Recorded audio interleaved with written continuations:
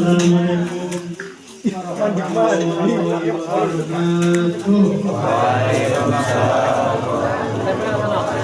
Lebihnya nanti kembali lagi sini ya. Wah, satu tahun untuk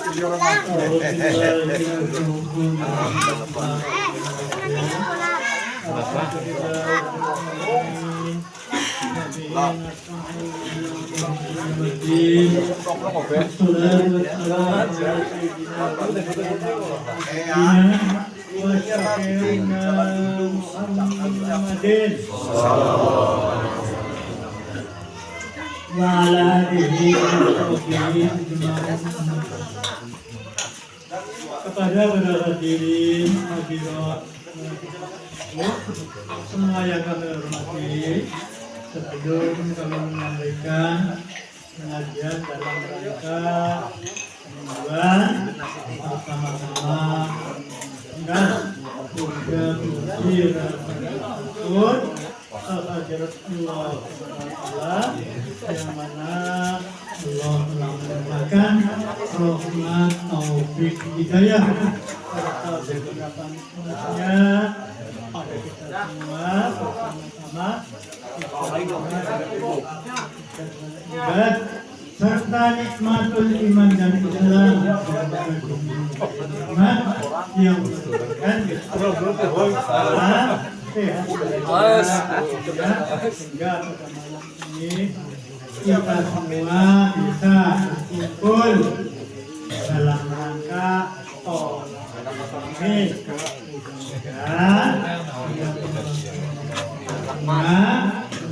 dan mendapat ridho dari Allah Subhanahu wa Ta'ala yang akhirnya akan memberikan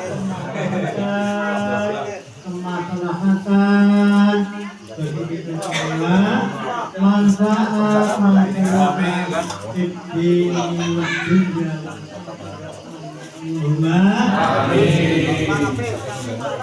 Kedua kalinya rahmat serta salam semoga senantiasa dilapangkan kepada Rasulullah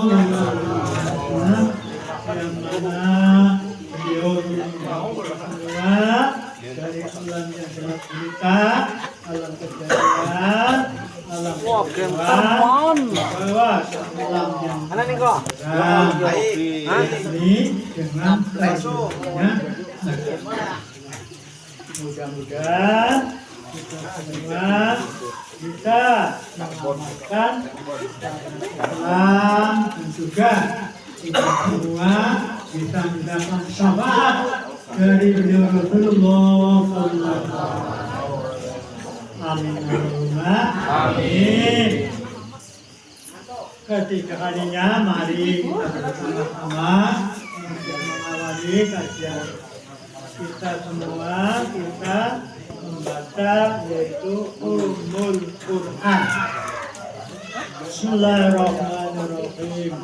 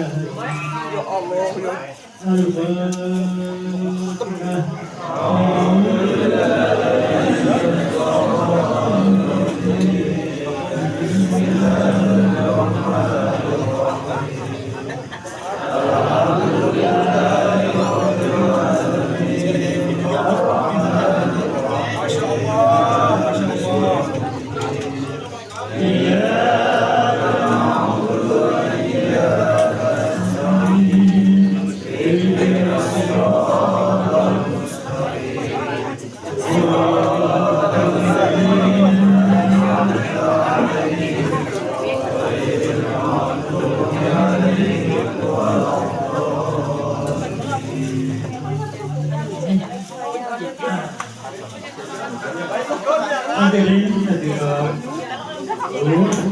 monggo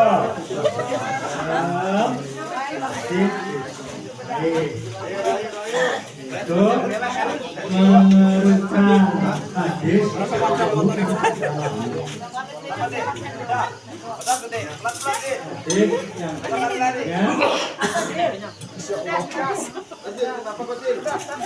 Atani Jabroilu wa Mikailu wa Israfilu wa Misroilu.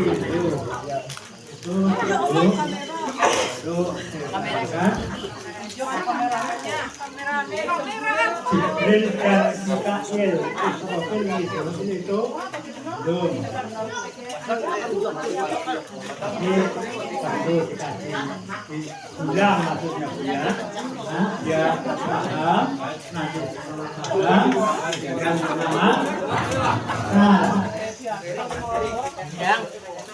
Halo. Atani Jabroilu wa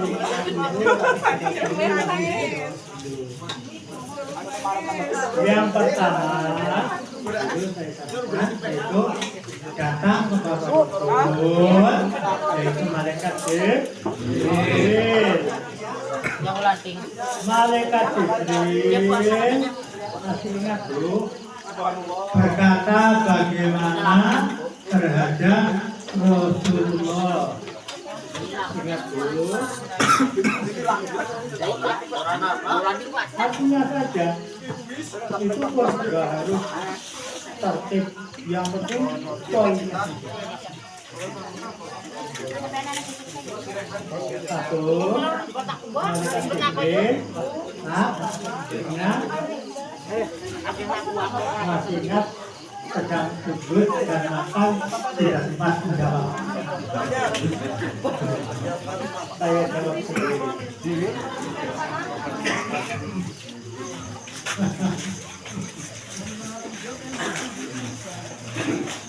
Yang pertama yaitu malaikat Jibril datang kepada Rasulullah.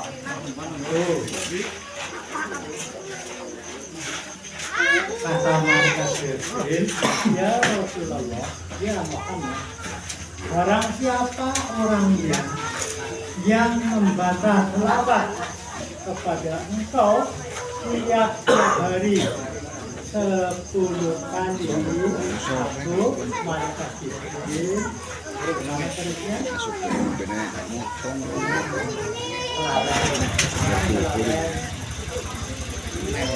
kata malaikat Jibril, aku malaikat Jibril akan mungkin terhadap orang yang setiap hari membaca selawat 10 kali tiap hari 10 kali dituntun dilewatkan yaitu Wahiratul Mustaqim yang tepatnya Jibril di dalam menuntun orang yang membaca selawat itu tiap hari dituntun dilewatkan jembatan Siratal Mustaqim yang tepatnya bagikan tempat al-posisi kang nyambar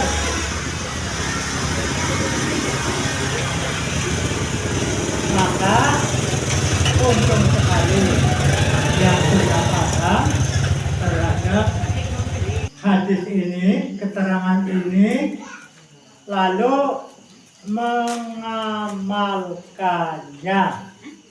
Tapi kalau nggak mengamalkan, untung apa rugi, Pak? Bu? Rugi. Yaitu membaca selawat tiap hari, nggak cuma sekali, Bu.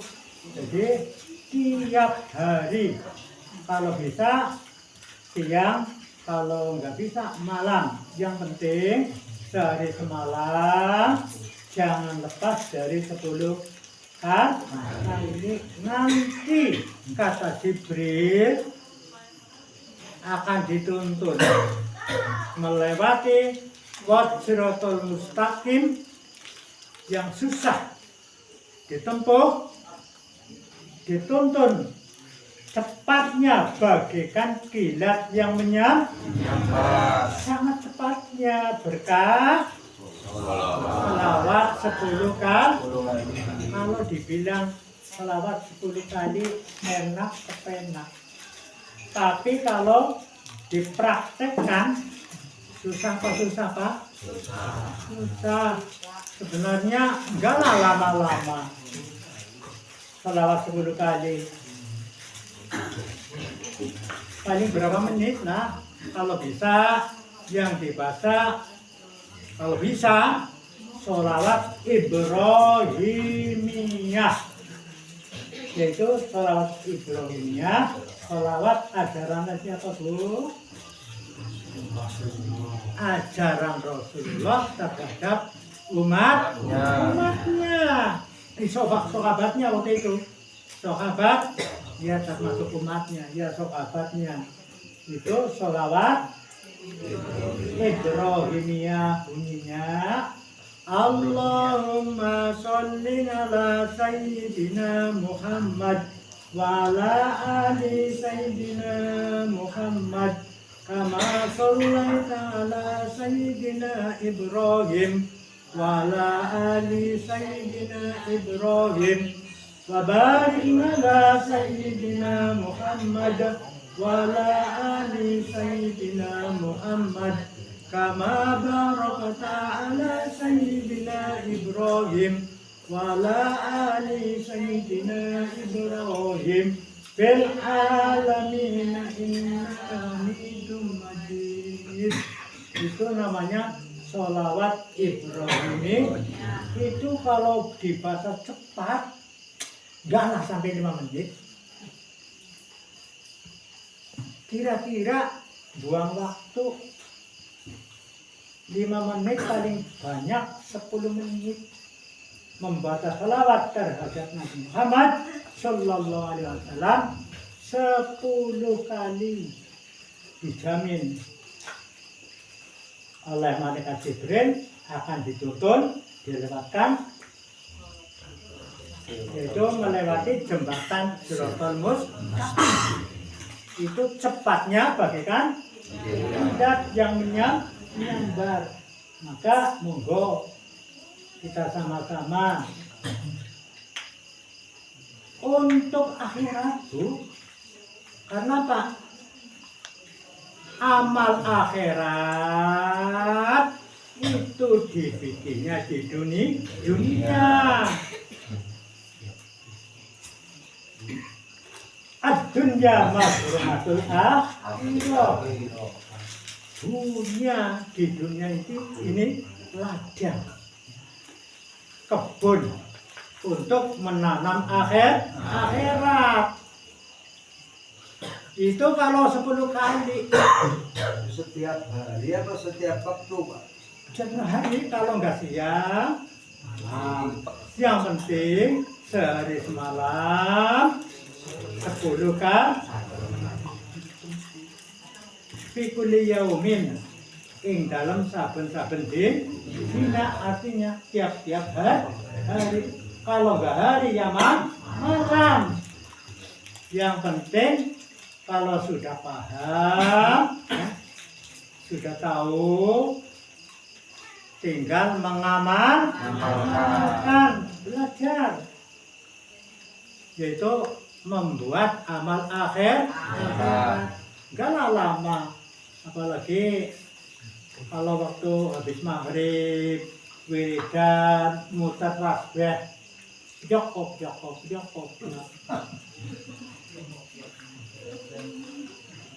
Muter tasbih, syukur bagi 100 kali Pak.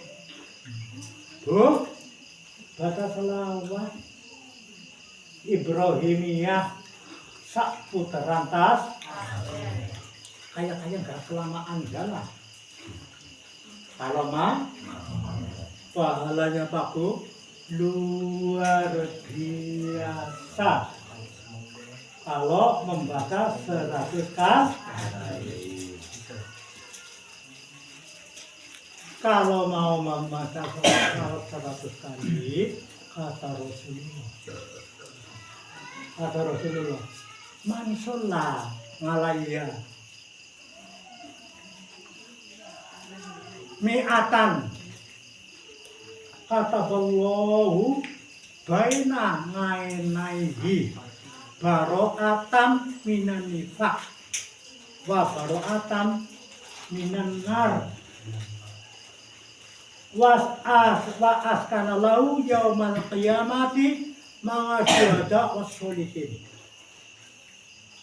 Enak apa enak, Bu?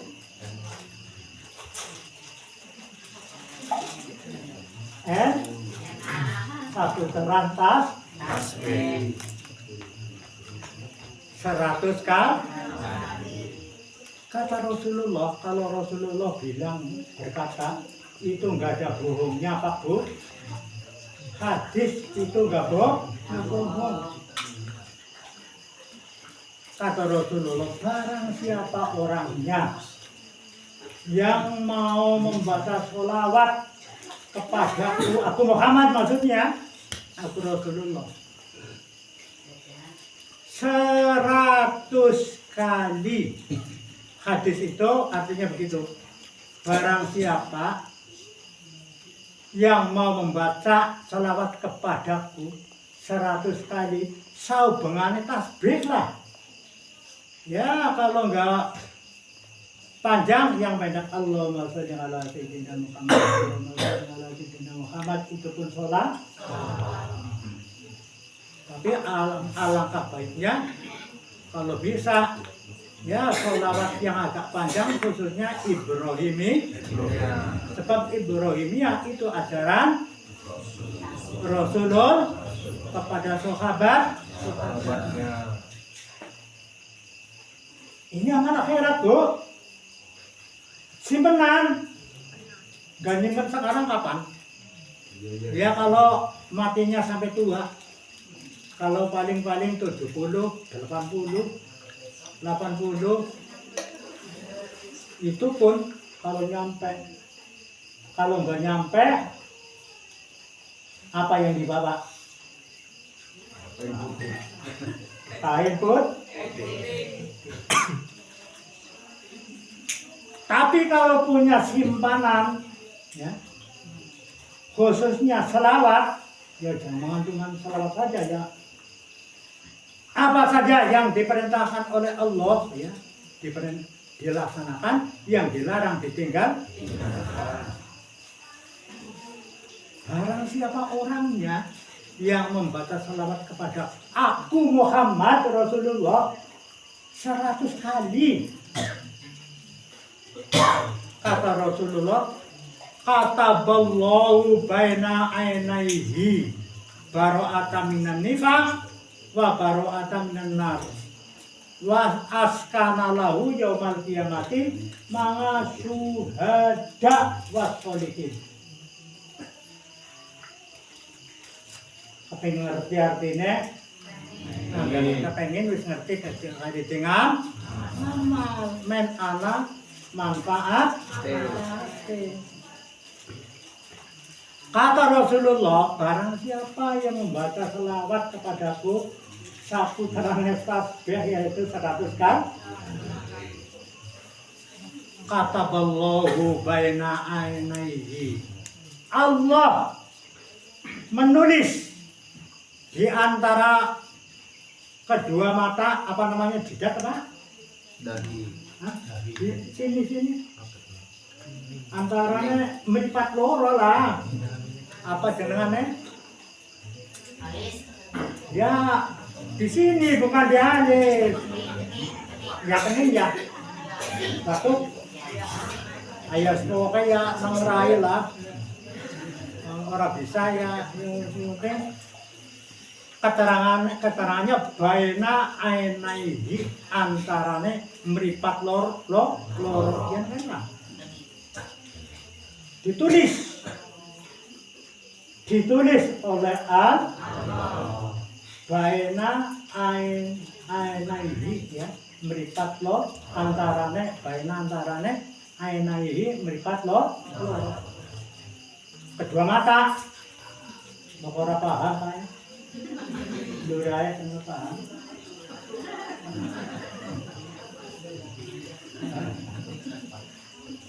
Di antaranya kedua matanya ditulis oleh Allah. 1. Bara'atan minan nifaq. Maksudnya bebas dari munafik. Walaupun dosa, kalau baca selawat diampuni dosanya, ya, terus diberi pahala yang luar biasa. Untuk akhir dicap, ditulis oleh Allah bara'atan minan nifaq wa bara'atan minan nar, dan bebas dari api neraka. Itu kalau membaca selawat berapa tadi Pak? Kira-kira sempat apa sempat Pak? Sempat apa sempat? Untuk akhir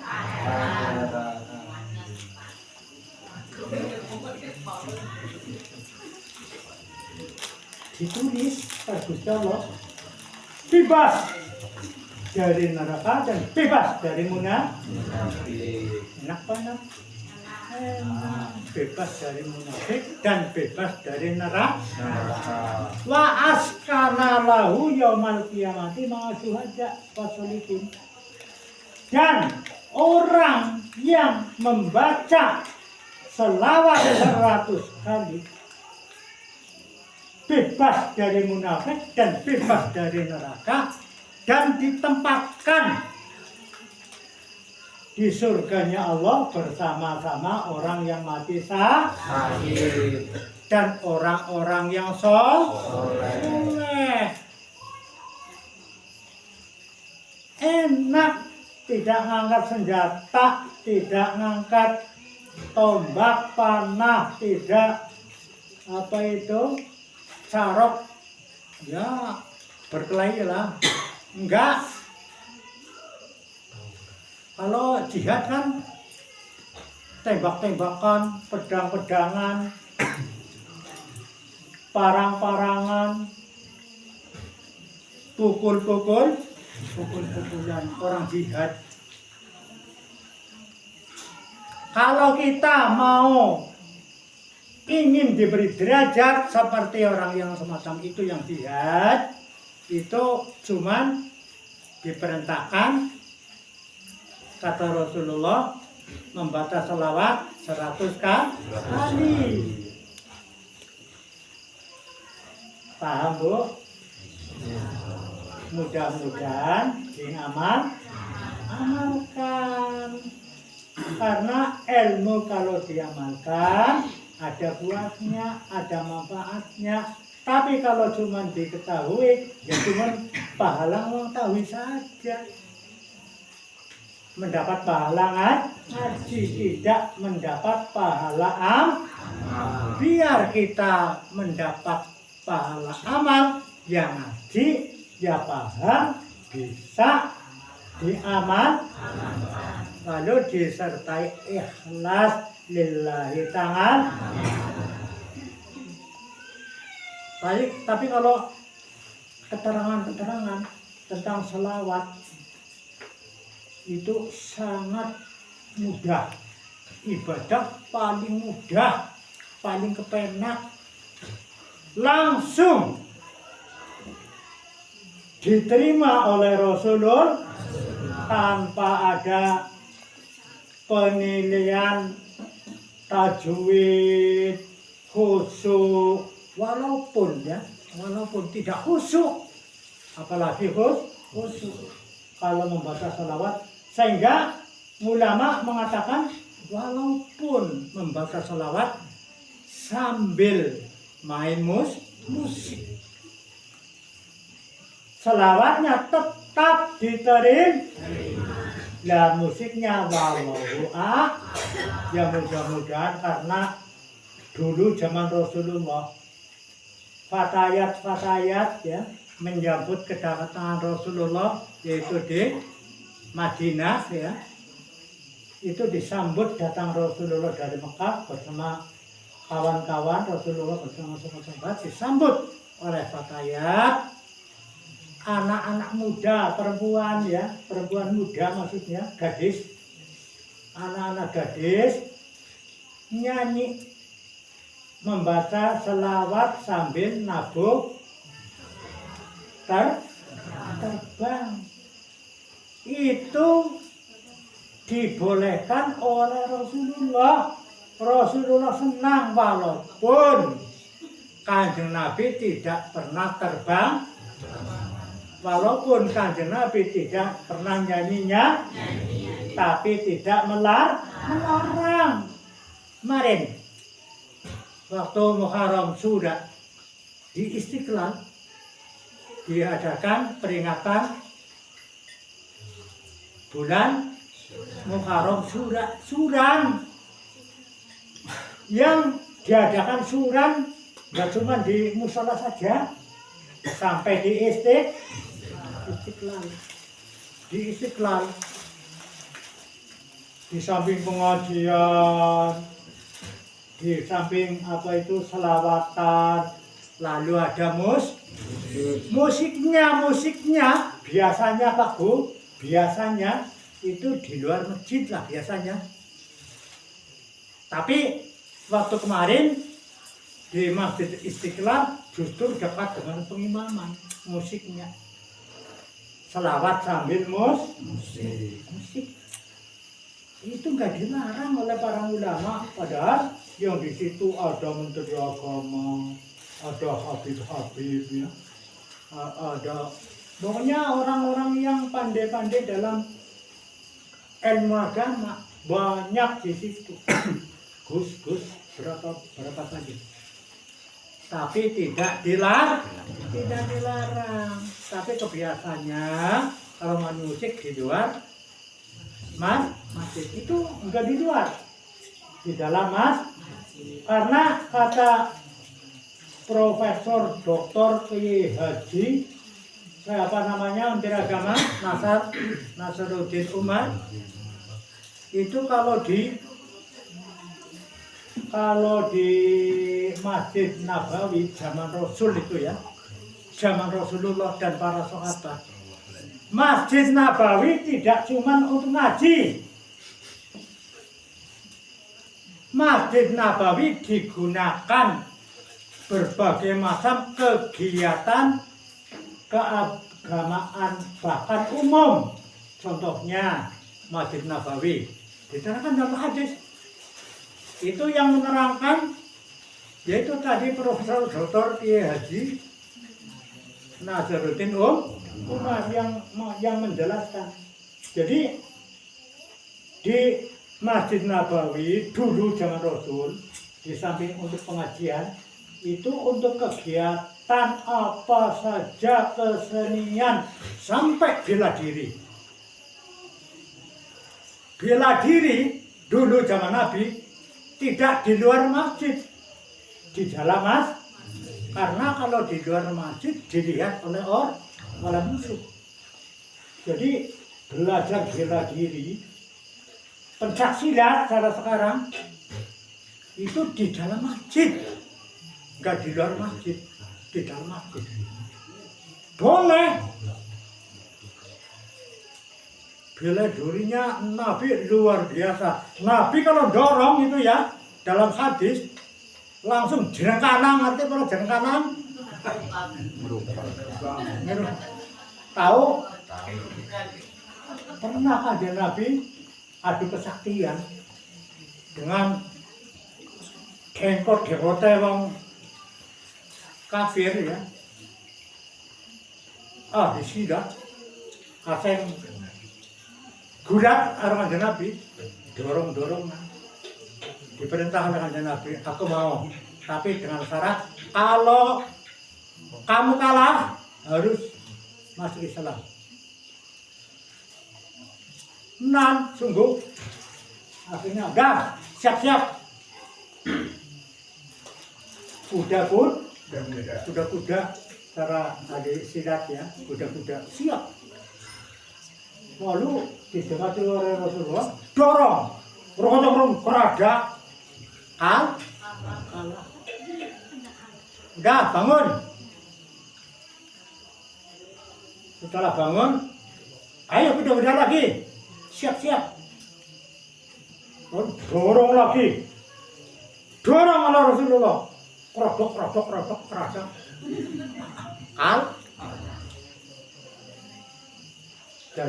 Jadi Rasulullah nggak cuma ngaji, bela diri pun pelajari, tapi bela dirinya kan Nabi kan nggak seperti kita. Kita kalau didorong dan kanan, Kanjeng Nabi enggak. Akhirnya masuk dakwah, mukjizat dakwah, karomah dakwah, aja gue pertanyaan tenteng. Ya gue dakwah. Ada manfaatnya. Maka sejak dulu sampai sekarang, khususnya di pesantren bela diri itu digalakkan. Bela diri di pesantren. Aku dulu pun di Malang bela diri belajar, tapi Mbak Mahmud belajarnya karomah, pencak karomah yang pakai doa-doa. Dulu waktu kan yang deketin lajang lah di pesantren, waktu lajang namanya lajang kan senang ya. Jadi Mbak Mahmud dulu waktu di pesantren yang ilmu apa saja dipelajari oleh Mbak Mahmud sampai ilmu Gatoloco ngerti Gatoloco hipnotis itu pun pelajari. Jadi ilmu apa saja saya pelajari, tapi setelah tua itu semua hapus, semua saya hilangkan. Caranya menghilangkan gimana?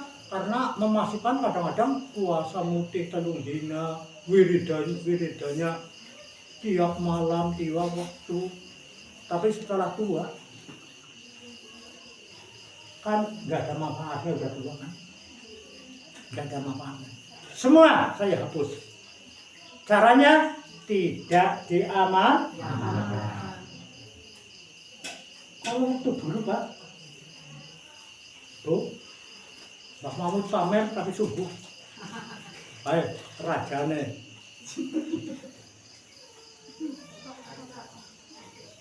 Singkarannya kayu segeden-geden. Belai kayu besar-besar, tidak ada orang yang buat. Akhirnya saya angkatin sendiri, habis satu batang. Kalau jam 7 sampai jam 8. Jam 8 nanti istirahat lantaran banyak orang ke ladang, nggak berani. Tapi kalau sendiri habis, betul habis. Tapi sekarang tinggal. Tapi rosa, ajami pun, angger mikul, walaupun istilahnya ada bantuan, nah istilahnya ya tetap terus. Kalau bawa apa kira-kira, yang kira-kira sedang-sedang saja lah, jangan berlebih. Kalau dulu Mbak Mahmud tanya Uud itu, kalau anak-anak nggak kuat, semua diangkat oleh Mbak Mahmud. Jadi dulu saya pernah belajar yang dinamakan Bandung Sayyidina Ali. Lafalnya la ilaha illallah, kok kuat baginda Ali khianatan Muhammadur Rasulullah. Kalau dia ramalna ya cara Jawane, jamalna manggul kayu gang bae. Ning bareng tua kali mulanya ya rosa nih aja rosa. Ya kan gue. Sekarang ilmu yang semacam itu semua saya hapus. Kerja pun kadang-kadang kalau kerja apa saja ya, kalau matanya tahu. Bikin kandang, berapa kandang terjadi sulingan barang sendiri. Ya ada dibantu sama kawan kadang-kadang sedikit, yang banyak sendiri. Cari kayunya, cari bambunya, cari atapnya, cari semua sendiri. Tapi alhamdulillah semua tercapai. Itu la ilaha illallah. Gimana? Kok kuat baginda ngadi khiyalatan Muhammadur Rasulun, tapi puasanya enggak saya kasih tahu, cara puasanya pun enggak kasih tahu. Nanti kalau ditiru bahaya.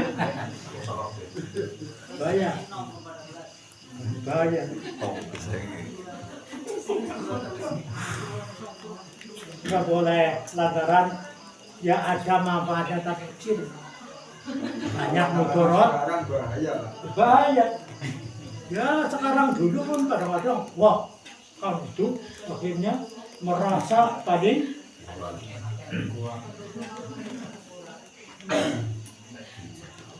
kalau bisa biasa saja lah, jangan neka-neka.